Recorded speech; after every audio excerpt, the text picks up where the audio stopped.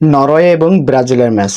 নরওয়ের কোচ রীতিমতো হুঙ্কার ছুড়ছেন, ব্রাজিলকে যেভাবেই হোক তাদের একটা সম্মুখে হতেই হচ্ছে।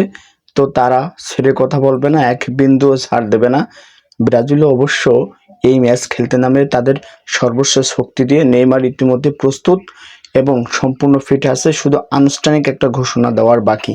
এদিকে বাংলাদেশের দর্শকরা যারা আর্জেন্টিনার সাপোর্টার, তারা আবার এখন নরওয়ে না নরেন্টিনা হয়ে গেছে, আর্জেন্টিনা থেকে নরেন্টিনা হয়ে গেছে।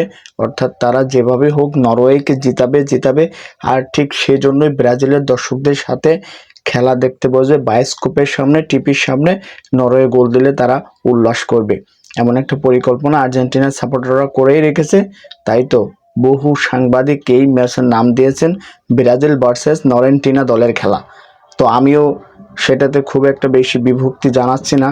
আসলে সত্যি কথা বলতেই যে নরেন্টিনার সাথেই খেলা হচ্ছে, কেননা আর্জেন্টিনার সাপোর্টাররা কিন্তু একেবারে কি বলবো আট-ষাট বেঁধেই খেলা দেখতে নামবে ব্রাজিলের বিদায়ের জন্য।